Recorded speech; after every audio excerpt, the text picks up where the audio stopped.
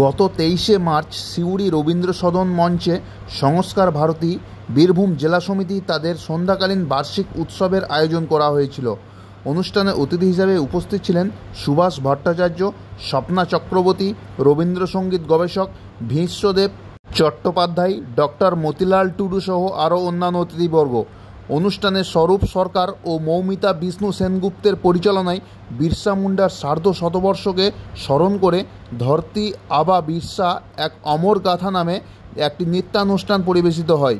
দুটি অনুষ্ঠান দুটি ভিন্ন মাত্রার হলেও তাকে একসুরে বেঁধে তুলেছিল শিল্পী ও কলাকুশলীরা।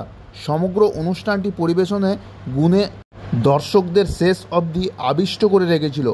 বিশেষত ছোট ছোট বাচ্চাদের অভিনয় খুব সুন্দর ছিল।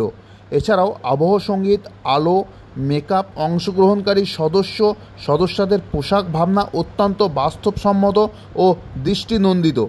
এই উৎসবে মৌশক্তি সরকারের পরিচালনায় কণিকা বন্দ্যোপাধ্যায় এবং সুচিত্রা মিত্রের জন্ম শতবার্ষিকী উপলক্ষে অনুরগণ রবীন্দ্র আলোয় দুই কন্যা নামে একটি গীতি আলেখ্য শ্রদ্ধার্ঘ্য নিবেদন করা হয়। কণিকা বন্দ্যোপাধ্যায় এবং সুচিত্রা মিত্র দুই চারিত্রিক বৈশিষ্ট্যে ভিন্ন ধর্মী। এনে তো ভালোই কর হ্যাগ গিদ্র করি পূজা যে করল মুন্ডার নাম স্মরণ লিছ না তারি। কার কথা বলো হ্যাগ বুড়া?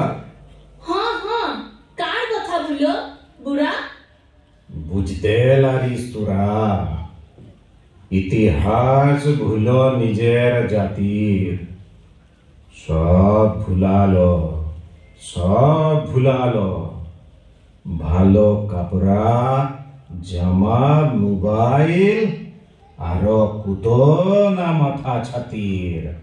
বুড়া সুজা কথা কও, ভুলছি কার কথা? আবার কোথা? তোমার আবা, আমার আবা, ধরতির আবা। ধরতির আবা? হ্যাঁ, ধরতির আবা মুন্ডা জাতির শির উঁচা করল যে ধরতি আবা বিরসা মুন্ডা হে। ও তাই বলো, মুন্ডা বিরসা। স্কুল কলেজে পুরে কত না লেখা পড়া করে শিষ্যা তোমাদের মাথা কিনা ফোরসা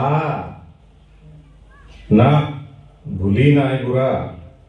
তবে তুমি লাগে অনেক কিছু জানো। বুঝি না তোমরা কি মানো।